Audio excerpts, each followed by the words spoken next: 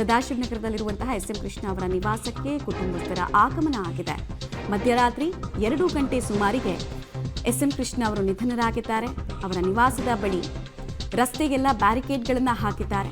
Complete ಆಗಿ ಅಲ್ಲಿ ಬಹಳ ದೊಡ್ಡ VVIP ರಾಜಕಾರಣಿಗಳು ಬರೋದ್ರಿಂದ ಮತ್ತೆ ರಾಜಕಾರಣದ ಘಟಾನುಘಟಿ ರಾಜಕಾರಣಿಗಳು ಬರೋದ್ರಿಂದ ಆ ಮೂಮೆಂಟ್ ಸುಗಮವಾಗಿ ಆಗಬೇಕು ಮತ್ತು ಕುಟುಂಬದವರಿಗೂ ಈ ಸಂದರ್ಭದಲ್ಲಿ ಯಾರು ಡಿಸ್ಟರ್ಬ್ ಮಾಡಬಾರ್ದು ಅನ್ನೋ ನಿಟ್ಟಿನಲ್ಲಿ ಕಾನೂನು ಸುವ್ಯವಸ್ಥೆಯನ್ನ ಸರಿಯಾದ ನಿಟ್ಟಿನಲ್ಲಿ ನೋಡ್ಕೊಳ್ಳೋದಕ್ಕೆ ಮುಂಜಾಗ್ರತಾ ಕ್ರಮವಾಗಿ ಬ್ಯಾರಿಕೇಡ್ಗಳನ್ನು ಹಾಕಿದ್ದಾರೆ. ಡೀಟೇಲ್ಸ್ ಕೊಡ್ತಾರೆ ಪ್ರಕಾಶ್. ಸದ್ಯಕ್ಕೆ ಸ್ಪಾಟ್ ಅಲ್ಲಿ ಪೊಲೀಸರು ಮುಂಜಾಗ್ರತಾ ಕ್ರಮವನ್ನು ಯಾವ ರೀತಿ ತೆಗೆದುಕೊಂಡಿದ್ದಾರೆ, ಎಷ್ಟು ಜನ ಸಿಬ್ಬಂದಿಗಳಿದ್ದಾರೆ, ಏನು ನಡೀತಾ ಇದೆ ಅಲ್ಲಿ? ಈಗಾಗಲೇ ಸದಾಶಿವನಗರದ ಎಸ್ ಎಂ ಕೃಷ್ಣ ನಿವಾಸದ ಮುಂಭಾಗದ ರಸ್ತೆಗಳಲ್ಲಿ ಈಗ ಪೊಲೀಸರು ಭದ್ರತೆಯನ್ನು ಮಾಡಿಕೊಳ್ತಾ ಇದ್ದಾರೆ. ಬ್ಯಾರಿಕೇಡ್ಗಳನ್ನು ಹಾಕಿ ಇದೀಗ ಕಾರ್ಯಕರ್ತರು, ಅಭಿಮಾನಿಗಳು ಎಲ್ಲರೂ ಕೂಡ ಸೇರುವಂತಹ ನಿರೀಕ್ಷೆ ಇದೆ. ಹಾಗಾಗಿ ಒಂದು ರೀತಿಯ ಭದ್ರತೆಗೆ ಕೂಡ ಮುಂದಾಗಿದ್ದಾರೆ. ಈಗಾಗಲೇ ಪೊಲೀಸರು ಕೂಡ ಈ ಒಂದು ಭಾಗಕ್ಕೆ ಬಂದಿದ್ದಾರೆ. ಅವರ ಕುಟುಂಬಸ್ಥರು ಕೂಡ ಈಗಾಗಲೇ ಒಬ್ಬೊಬ್ಬರಾಗಿ ಅವರ ಸಂಬಂಧಿಕರೆಲ್ಲರೂ ಕೂಡ ಅವರ ನಿವಾಸದ ಮುಂಭಾಗಕ್ಕೆ ಬರ್ತಾ ಇದ್ದಾರೆ. 6 ಗಂಟೆಯ ನಂತರ ಪಾರ್ಥಿವ ಶರೀರವನ್ನು ಮನೆಯಿಂದ ಹೊರಗಡೆ ತರೋದಕ್ಕೆ ಎಲ್ಲ ರೀತಿಯ ಸಿದ್ಧತೆಗಳನ್ನು ಕೂಡ ಮಾಡಿಕೊಂಡಿದ್ದಾರೆ. ಜೊತೆಗೆ ಪಾರ್ಥಿವ ಶರೀರವನ್ನು ಇಡೋದಕ್ಕೂ ಕೂಡ ಈಗಾಗಲೇ ಆಂಬುಲೆನ್ಸ್ನ ಮೂಲಕವಾಗಿ ಒಂದು ಬಾಕ್ಸನ್ನು ಕೂಡ ತೆಗೆದುಕೊಂಡು ಬಂದಿದ್ದಾರೆ. ಈಗ ಅವರ ನಿವಾಸದ ಮುಂಭಾಗದಲ್ಲಿ ಎಲ್ಲ ರೀತಿಯ ವ್ಯವಸ್ಥೆಗಳನ್ನು ಕೂಡ ಮಾಡಿಕೊಳ್ತಾ ಇದ್ದಾರೆ. 6 ಗಂಟೆ ನಂತರ ಪೂಜೆಯನ್ನು ಸಲ್ಲಿಸಿ ಆ ನಂತರ ಆ ಪಾರ್ಥಿವ ಶರೀರವನ್ನು ಅಲ್ಲಿ ಇಡೋದಕ್ಕೆ ಎಲ್ಲ ರೀತಿಯ ವ್ಯವಸ್ಥೆಗಳನ್ನು ಕೂಡ ಮಾಡಿಕೊಳ್ತಾ ಇದ್ದಾರೆ. ಜೊತೆಗೆ ನಿವಾಸದ ಮುಂಭಾಗದ ರಸ್ತೆಯನ್ನು ಕೂಡ ತೋರಿಸ್ತಾ ಹೋಗ್ತಾನೆ. ಈಗಾಗಲೇ ಪೊಲೀಸರು ಕೂಡ ಈಗ ಹೆಚ್ಚಿನ ಸಂಖ್ಯೆಯಲ್ಲಿ ಭದ್ರತೆಗೆ ನಿಯೋಜನೆ ಆಗ್ತಾ ಇದ್ದಾರೆ. ಜೊತೆಗೆ ರಸ್ತೆಯ ಮುಂಭಾಗದಲ್ಲಿ ಕೂಡ ಇದೀಗ ಬ್ಯಾರಿಕೇಡ್ಗಳನ್ನು ಅಳವಡಿಕೆ ಮಾಡಿ ಆಯಾ ಪಾಯಿಂಟ್ಗಳಲ್ಲಿ ಕೂಡ ಇದೀಗ ಈಗಾಗಲೇ ಪೊಲೀಸರು ಕೂಡ ಭದ್ರತೆಗೆ ನಿಯೋಜನೆ ಆಗ್ತಾ ಇದ್ದಾರೆ. ಸಹಜವಾಗಿ ಪೊಲೀಸರಿಗೂ ಕೂಡ ಮಾಹಿತಿಯನ್ನು ಅಂದರೆ 5:15 ಸುಮಾರಿಗೆ ಪೊಲೀಸರಿಗೆ ಮಾಹಿತಿಯನ್ನು ಕುಟುಂಬಸ್ಥರು ನೀಡಿದರು. ಆನಂತರ ಪೊಲೀಸರು ಕೂಡ ಅಲರ್ಟ್ ಆಗಿದ್ದರು. ಕೂಡಲೇ ಅವರು ಎಸ್ ಎಂ ಕೃಷ್ಣ ಅವ್ರ ನಿವಾಸಕ್ಕೆ ಕೂಡ ಬಂದಿದ್ದರು. ಈಗ ಹಿರಿಯ ಪೊಲೀಸ್ ಅಧಿಕಾರಿ ಕೂಡ ಇದೀಗ ಬಂದಿದ್ದಾರೆ.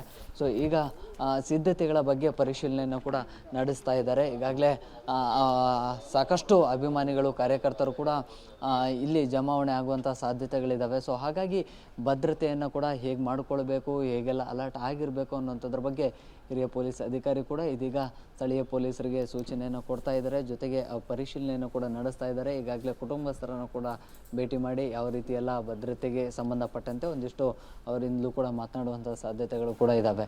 ಈಗ 6 ಗಂಟೆ ನಂತರ ಪಾರ್ಥಿವ ಶರೀರವನ್ನು ಈಗ ಮನೆಯಿಂದ ಹೊರಗಡೆ ತೆಗೆದುಕೊಂಡು ಬರೋದಕ್ಕೆ ಎಲ್ಲ ರೀತಿಯ ವ್ಯವಸ್ಥೆಗಳನ್ನು ಕೂಡ ಮಾಡಿಕೊಳ್ಳಲಾಗುತ್ತೆ. ಅವರ ಒಂದು ಸಂಪ್ರದಾಯದ ವಿಧಿಯಂತೆ ಒಂದಿಷ್ಟು ಪೂಜೆಯನ್ನು ಮಾಡಿ ಆನಂತರ ಪಾರ್ಥಿವ ಶರೀರವನ್ನು ಹೊರಗಡೆ ತರೋದಕ್ಕೆ ಈಗ ಕುಟುಂಬಸ್ಥರು ಕೂಡ ನಿರ್ಧಾರವನ್ನು ಮಾಡಿದ್ದಾರೆ. ಎಲ್ಲ ರೀತಿಯ ವ್ಯವಸ್ಥೆಗಳಿಗೆ ಕೂಡ ಮುಂದಾಗಿದ್ದಾರೆ.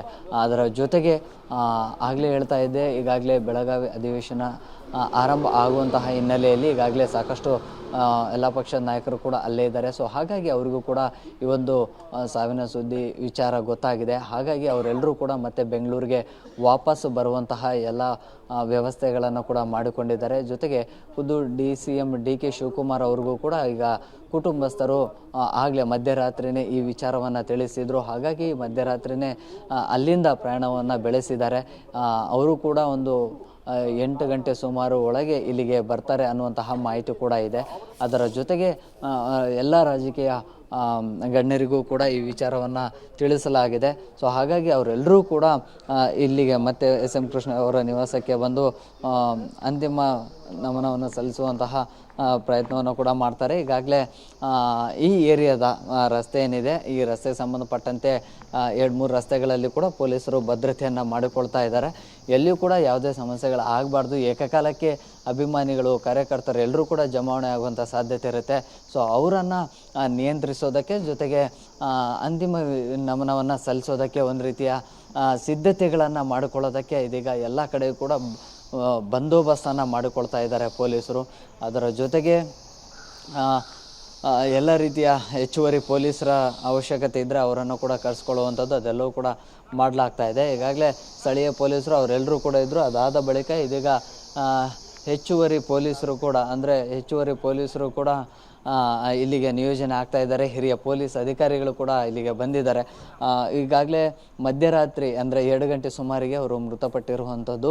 ಸೊ ಆವಾಗ ಕುಟುಂಬಸ್ಥರಿಗೆ ಅಷ್ಟೇ ಈ ಒಂದು ಮಾಹಿತಿಯನ್ನು ನೀಡಲಾಗಿತ್ತು. ಅಂದರೆ ಅವರ ಸಂಬಂಧಿಕರು ಅತ್ಯಾಪ್ತರಿಗೆ ಮಾತ್ರ ಈ ವಿಚಾರವನ್ನು ತಿಳಿಸಲಾಗಿತ್ತು. ಆನಂತರ ಎಲ್ರಿಗೂ ಕೂಡ ಈ ವಿಚಾರವನ್ನು ಸ್ಥಳೀಯ ಪೊಲೀಸರಿಗೆ ತಿಳಿಸಲಾಯಿತು. ಆ ಮೂಲಕವಾಗಿ ಅವರ ಎಲ್ಲ ಅತ್ಯಾಪ್ತರಿಗೂ ಕೂಡ ವಿಚಾರವನ್ನು ತಿಳಿಸುವಂಥ ಪ್ರಯತ್ನಗಳು ಕೂಡ ಎಲ್ಲ ಆದವು. ಈಗ ಸದ್ಯಕ್ಕೆ ಮೃತದೇಹವನ್ನು ಇನ್ನೇನು ಮನೆಯಿಂದ ಹೊರಗಡೆ ತೆಗೆದುಕೊಂಡು ಬರೋದಕ್ಕೆ ಅಂತಿಮ ಹಂತದ ಸಿದ್ಧತೆಗಳನ್ನು ಕೂಡ ಮಾಡಿಕೊಳ್ಳಲಾಗುತ್ತೆ.